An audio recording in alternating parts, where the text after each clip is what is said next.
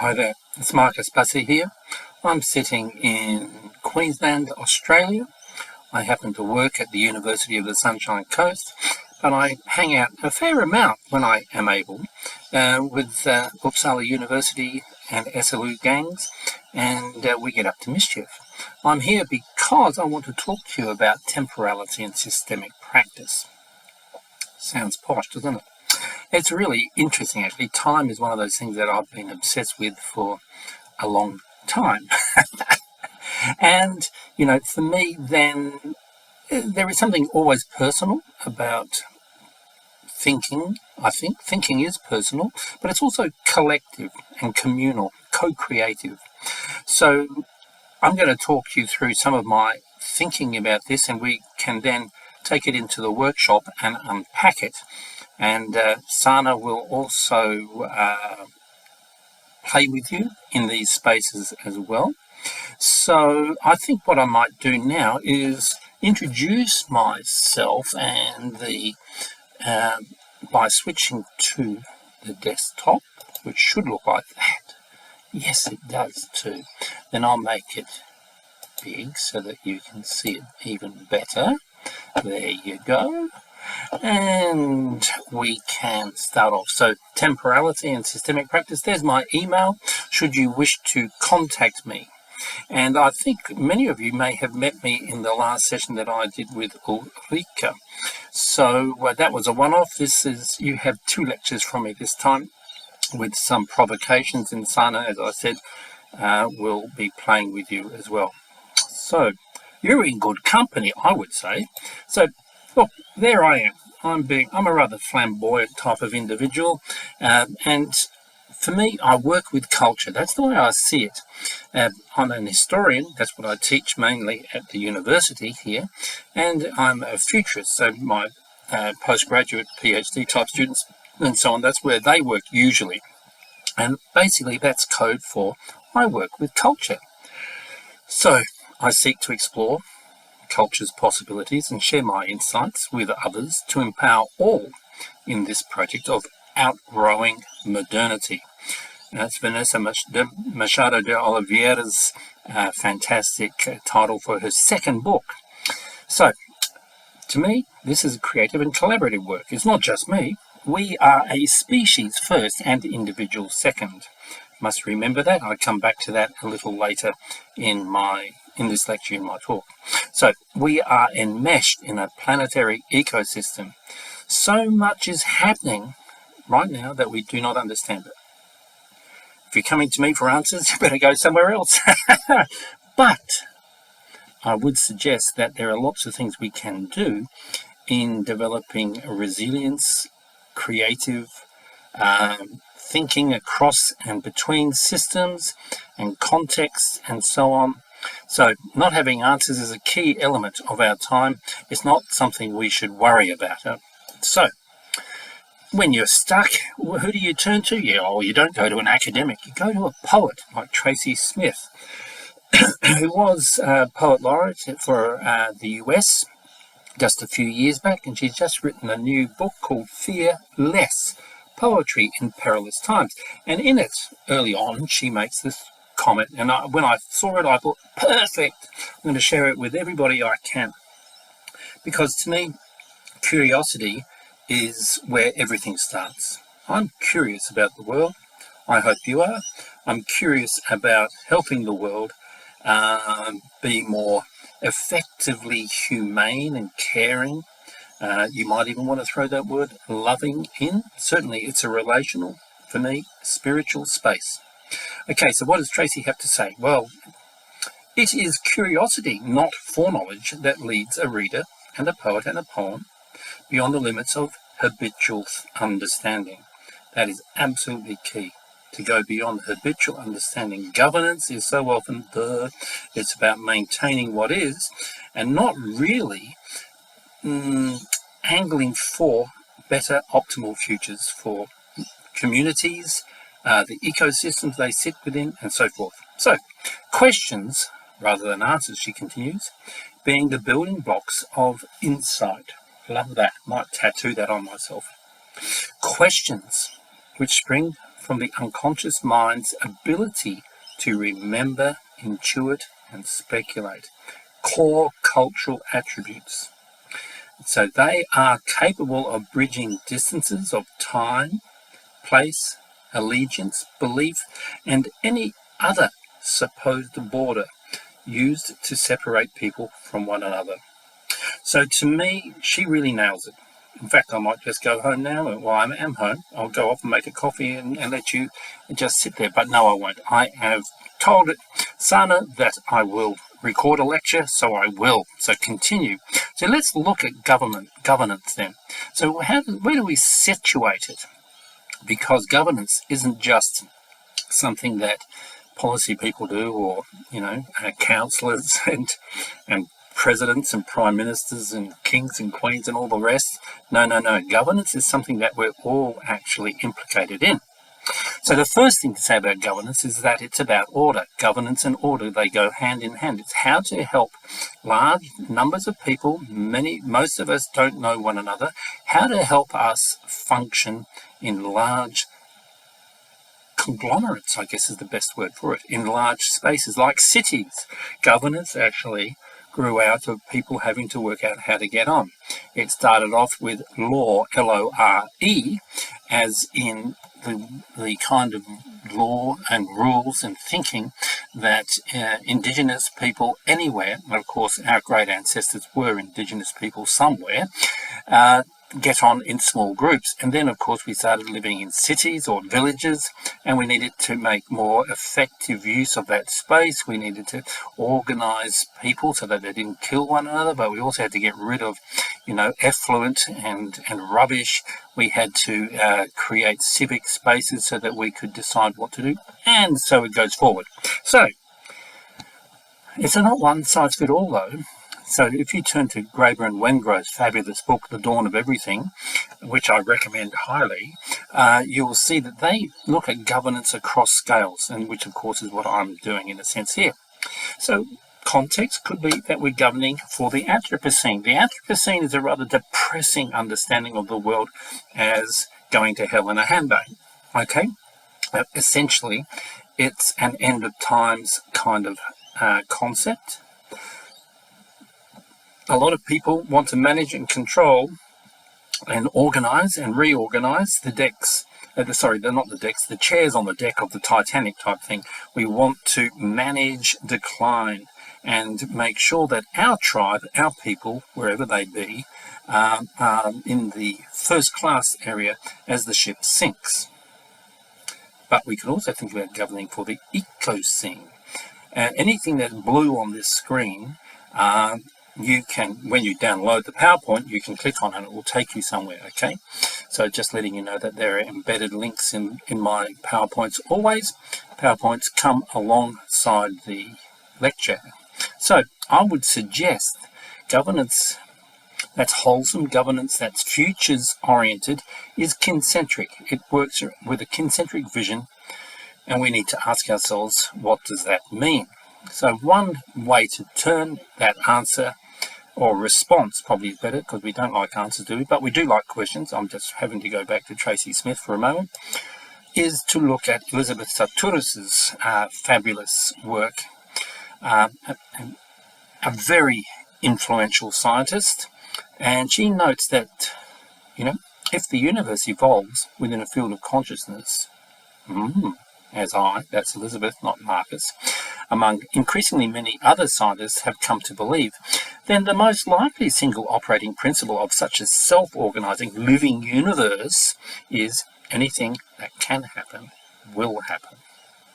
Think about that. In such a wide, open, creative universe, what is of greatest interest to me is what is sustainable, what lasts, especially under disruptive conditions. So that came out in a publication 15, 16 years ago now. It's well worth a read, the whole paper. But, it's really important to think that good governance is governance for adaptation, governance for disruptive conditions, governance that helps us, going back to that quote from Machado de Oliveira, outgrow modernity. So this insight suggests to me that governance as a human adaptive process that's evolved over millennia is an evolutionary driver. That points us at something important, doesn't it? One of the key readings that manifests the tension between maintenance and transformation. And this is where Schimmel Fanning comes in with his collaborators, and they make the point that societies do not emerge spontaneously, but evolve over decades, centuries, I would even say millennia, and they are shaped by history. Yes, I'm a historian, and I deeply love my history, and it deeply informs the way I think about the future. Go figure. Anyway, genetic drift, they say, may play an important role in how societies develop, but the effect of cultural evolution is much larger. It's also much faster. Thus, cultural evolutionary public policy, get your head around that, cultural evolutionary public policy can use history to identify the ultimate causes of present-day psychology. This historical psychology, I love that, matters for present-day policy interventions. So we, in the video clip that I've shared with you, get to see that in action. So historical psychology is absent in the way these people were treated, and how their reef and their village and so on were treated. So what does it take to be culturally sensitive when you're in a governance position? Well, you've got to listen. You've got to understand temporality, time, tradition, and the way that it works differentially, not differently, differentially. That means across diverse, what am I trying to say? Diverse forms of understanding and experience of time and tradition.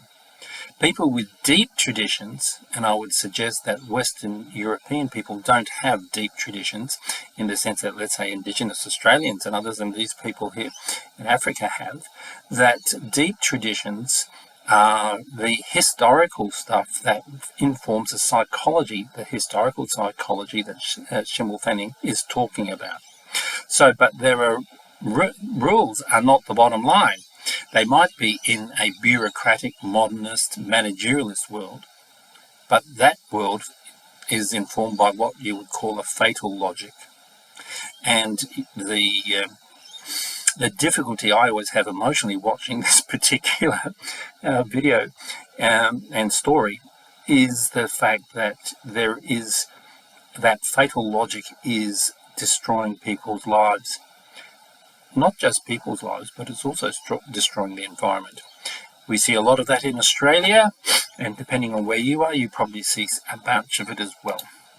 So, how do we think then about this? Well, we've got to think with time. This historical consciousness, this historical psychology is really important.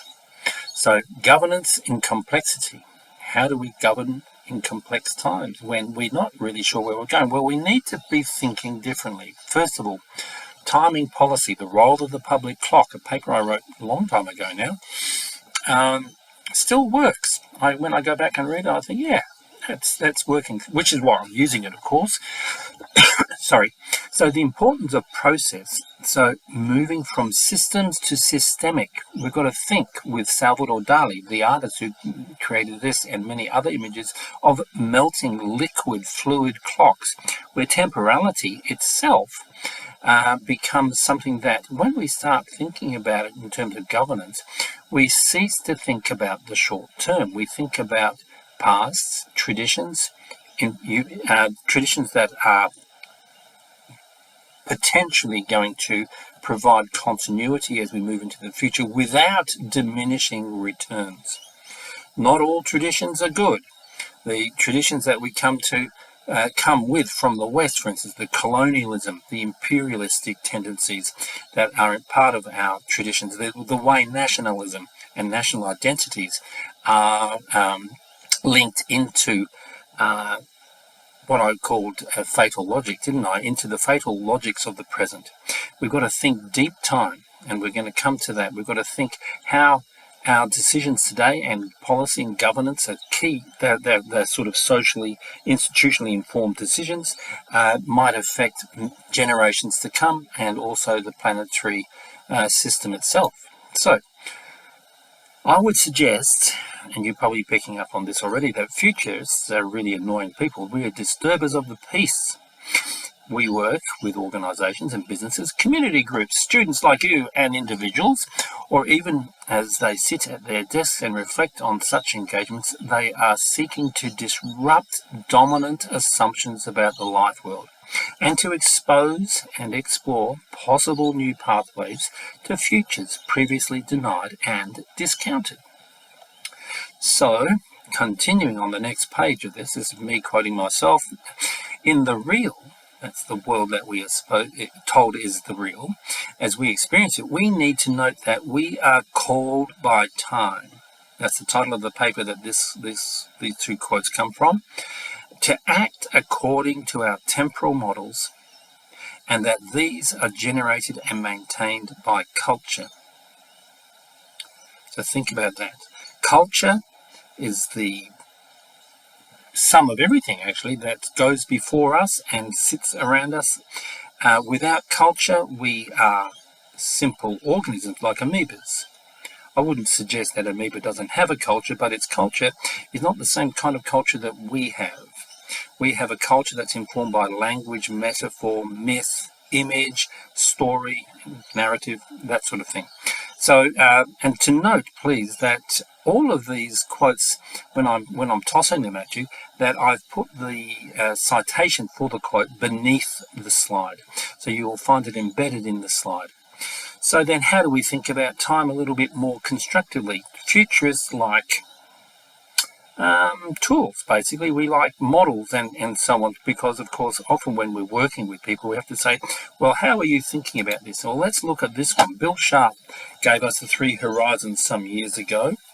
The 3 horizons look at, short-term, Horizon 1, which is neoliberal and capital. Horizon 2, that's the transitional turbulent period, collaboration, sharing platforms and so on. And then the third horizon might be something like a sustainable commons, non-worker paradise, tech-led abundance, and those kinds of things. These are aspirational, and of course, sitting here at Horizon 1, we are bound to be thinking very much within Horizon 1 metaphors, language, assumptions, and also aspirations. The point for me is that if you're going 20, 30, 40, 50 years into the future, or even 100 years into the future, there is going to be a lot happening there that we might recognize, but there's going to be a heap happening there that we won't. Okay, so that means that policy and governance and so on cease to be managerialist. They need to be adaptive. Adaptive means we're working in the present, we're setting up aspects that are often going to last for at least decades. The social infrastructures that we create don't just work and then we turn them off. They stay and they embed and they accumulate, a bit like coral accumulates and generates reefs and so on. You can think of culture like that. One of the things that interests me a lot is this period of transition. Looking at the timeline that we're being shown here, we can see 2030 to 2040, 2050. This is a period of transition. And this is where the interesting stuff happens. It's where turbulence occurs. Not only do we have a lot of fear and anger, which leads to violence. Just think about what's happening in Iran and across the Middle East at the moment, but also the Ukraine and places like that. We have real struggles. Violence often occurs in turbulent times simply because people, that's the collective, are easily misdirected, I would say, by elites and direct their anger at a seen, normative, accepted, inverted commas, enemy. So Iran at the moment might be the enemy. Trump finds it very useful to redirect or misdirect people's attention at that, throwing bombs at them and stuff because he doesn't want people looking at his own behaviour in the Epstein context, for instance. Now, I want to unpack Horizon 2 a little more. So one of the things that I've happily done over the last couple of months is followed all the podcasts from this guy, two people, can't think of their names right now, Screw This, Let's Try Something Else, where they troops around England and the UK and explore fantastic local community grassroots driven actions by people who are unhappy with the way that their community is being treated by, let's say, the global order and also the national order. These are communities that feel like they, inverted commas, fell through the cracks. They're part of Antidote, okay, antidote.com, and so you've got two little things to look at here. This one, it will take you, if you click on it, to the podcast, and this one takes you to their website. And for me, it really helps to get a sense of what really is happening. We can be misdirected and think the world is really in trouble, and it is in trouble, don't get me wrong. But what happens is that we often miss what is going on that's going right. And Screw This is a fabulous overview of 5 different projects in the UK that are going right. Another thing to note is that we have imaginations. I hope you're using your imagination, doing imagination push-ups, thinking and dreaming about all sorts of things. Everything from reading a good fantasy, you could be watching Star Trek or Harry Potter or something else, The Dark Mirror, and so on. Or maybe you're reading Rob Hopkins, who's a fantastically clever and rather tricky sort of guy because he plays games with people to wake us up. And he's written this beautiful book called How to Fall in Love with the Future, which comes out of his podcast. If you go looking for his podcast, it's called From What Is to What If. Sorry. Just swallowed something. I don't know what. But anyway, mental time travel. I'll let you imagine what I might have swallowed. How does that sound? Mental time travel. He notes, when I talk about time travel, I'm not talking about flights of fantasy or the absurd. That's not useful in building a positive and livable future. Wild, imaginative, ambitious, yes, that's what mental time travel can be. This is productive and possible within the limits of the universe. So I've been to the future and we won. And that's important, and his whole story actually is grows around a T-shirt that he saw that was in French. He was somewhere in Paris, and there was a protest of some kind going on, and a young woman was wearing a T-shirt that said that in French, "Nous gagnons," which is "we won." Yes, okay. So when I talk about time travel, so he's talking about, and the whole book walks us through mental time travel exercises, and it's very sensorial. It's like he gets these people into the podcast first, and he puts them in a machine, and he tells them about how the time travel machine works. But when they come out of the machine, they might be in London in 2050 or something, because that's the area where that individual works. And he'll say, what does it sound like? What does it smell like? What does it feel like? What's the weather like? He gets people into their bodies first. And I think that's a very clever thing to do, because when we bring about the sensorial or introduce the sensorial to our thinking, we actually activate deeper levels of imagination and also shift the way we often overlook the embodied nature of being in time. And of course, that means not on time, but in time. How do we inhabit the temporal? Okay, so let's go back to evolution for a moment. So one of the things about being human is that we've come up with great stories, and one of our great stories is called evolution. Good old Charles Darwin. And of course, now we're using adjectives to say, well, what kind of evolution? Biological? No, we're talking about cultural evolution. And that's what Schimmel Fanning is on about with his co-conspirators. They note, just as biological evolution is mainly driven by the transmission of genes between generations, cultural evolution is driven by the transmission of social and cultural information through social learning. That's what Richard Dawkins has called memes. There is a genetic and there is a mimetic process going on simultaneously but on different temporal scales. So I note that humanity is a species, the only species as far as we know, that has shifted the evolutionary driver from genes to memes, and that culture is the form in which mimetic transmission occurs. Thus, evolution has become less a matter of genetic, natural selection and more a question of mimetic cultural selection. I think that is really important. What we are seeing is, if we look over the last few hundred years, we can see the emergence of an industrial economy. We can see the emergence of certain forms of governance that manage and promote industrial economic logics, plural. And we've seen the industrial economy move away from, you might call it, traditional forms of imperialist activity to economic imperialism instead, and economic colonialism instead. But we can still recognize the features of imperialism and colonialism in our own time. Just watch what the Americans are doing now, or should I say Trump and his people are doing now. Maybe I don't want to actually paint all Americans like that, because I know at least half of them disagree vehemently.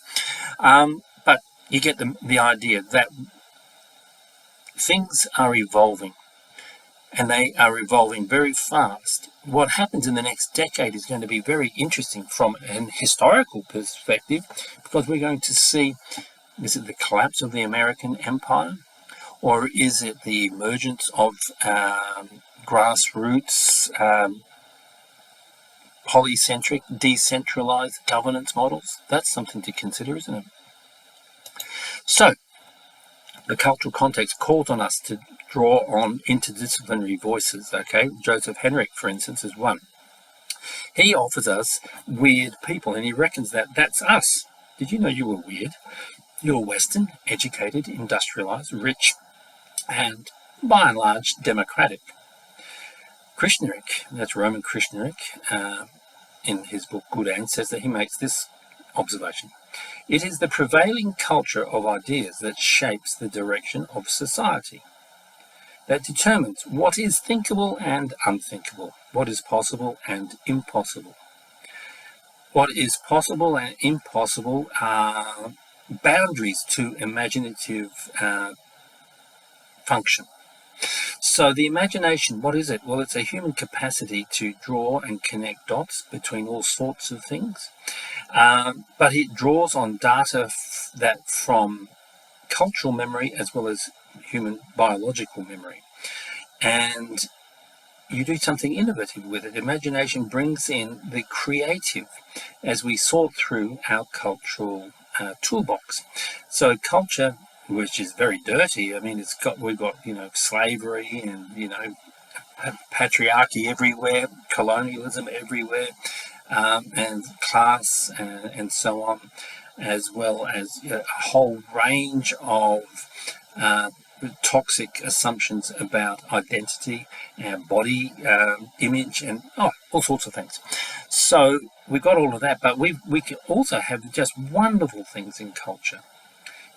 German culture before Hitler came along had produced Beethoven and Goethe and all Kant and all these amazing people and amazing cultural forms, and yet it went straight down the tubes for a short period of time. And that means that when we recognize that we are cultural beings inhabiting a cultural system, we then can take on the habitus of cultural citizen. We belong to not the city of London or New York or Stockholm, but we belong to a kind of imagined city, a city in which the best of us might be if we give it form, shape, and articulate it well, make good choices, this is where governance comes in, we can become culturally active as opposed to passively receiving what culture is from elites who have vested interests and very, I think, narrow, self-interested logics at work.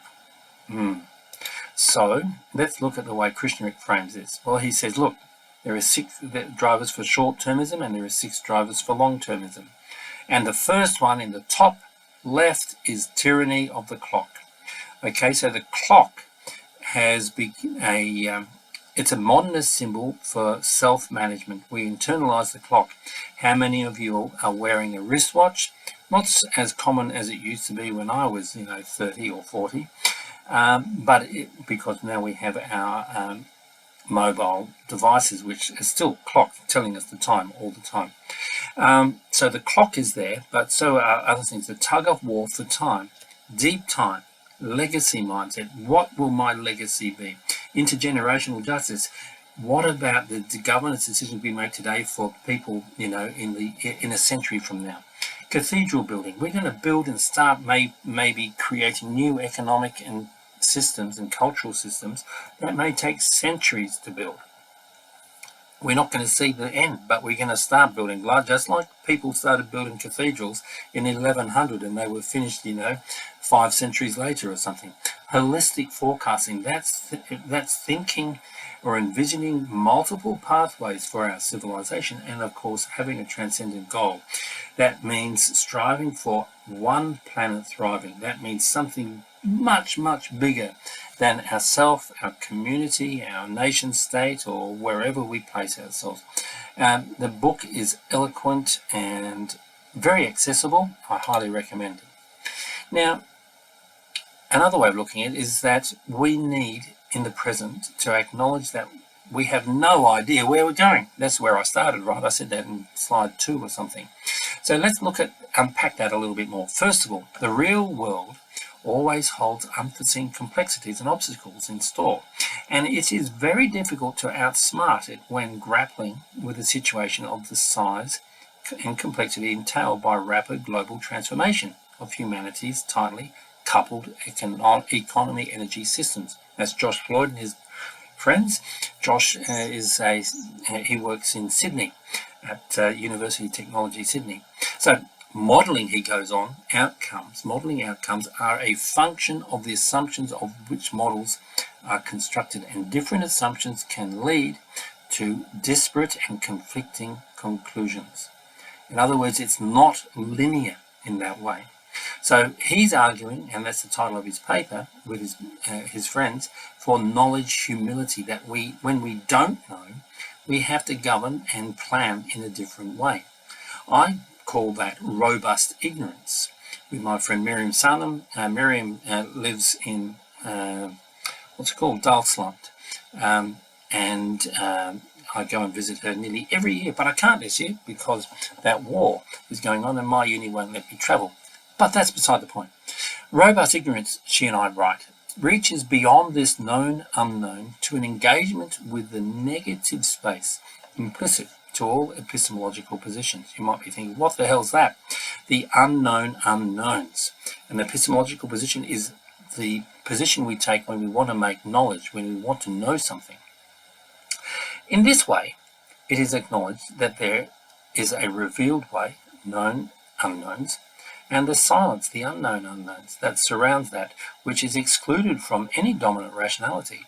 That's why we don't know what's going on at the moment, because things are happening at a species level, at a planetary level on the planet, and we haven't ever, as modernist societies, managerialist societies, ever had to deal with those kinds of changes. Certainly indigenous human beings over the last 100,000 years have had to deal with some major changes in environment and so on. This is new for us. Robust ignorance brings in mystery as a way of understanding this negative space. Okay, so impoverished time equals impoverished government. So where do we go? I've got me and then we've got Krishna. So I make this point. Time. Western civilization has adopted a narrow and impoverished temporal context, linear time, within which to implement policy. Time has ceased to be a context of human and natural relationships and has become an instrumental unit of commercial and administrative value. Krishnaik adds this: we are at a potential pivot point in history, with multiple forces beginning to coalesce into a global movement intent on liberating us from our addiction to the present tense. We're addicted to the present tense. Everything happens now, right? And forging a new era of long-term thinking. Hannah Arendt long ago wrote a fabulous book called The Human Condition. I recommend it highly. And she said that our sense of our own individuality is the reason that we look and live in this society as though we were as far removed from our own human existence as we are from the infinitely and immensely large. In other words, our individualism has separated us from the world around us, has locked us in, caged us in what we think of as our own solitude as individual human beings. Yet, there are patterns, I note: social, historical, cultural, technological, artistic, agricultural, and so on. So these patterns always contextualize where we stand as individuals. One way to understand this is to use this simple model inspired by Ken Wilber, okay, where on the right hand here we got the physical and the social world. This is the external world of that sort of frames much of what we experience in life.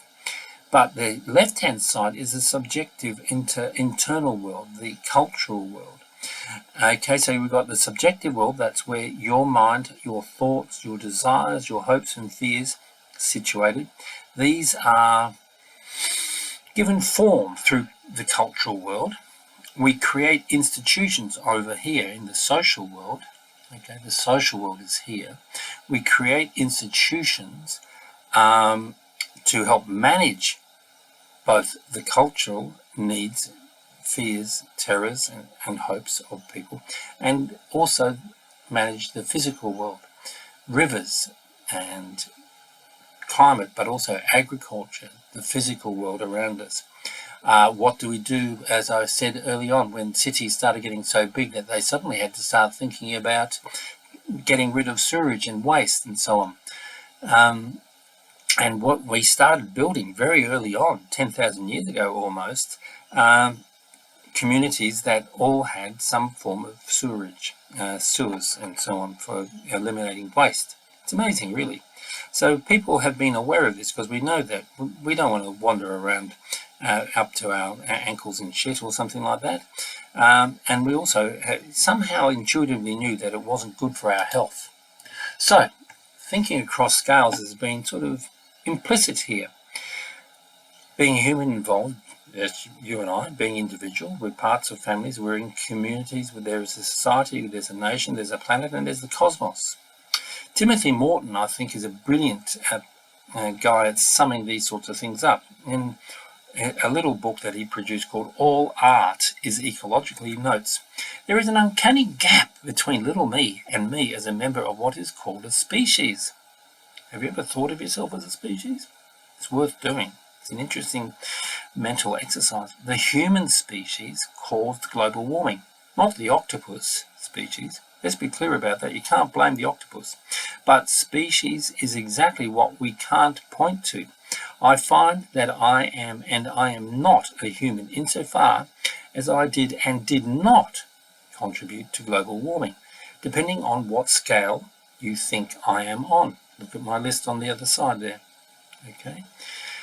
So these scales between me and the species don't have a smooth transition point between being one human and being part of the total population of humans.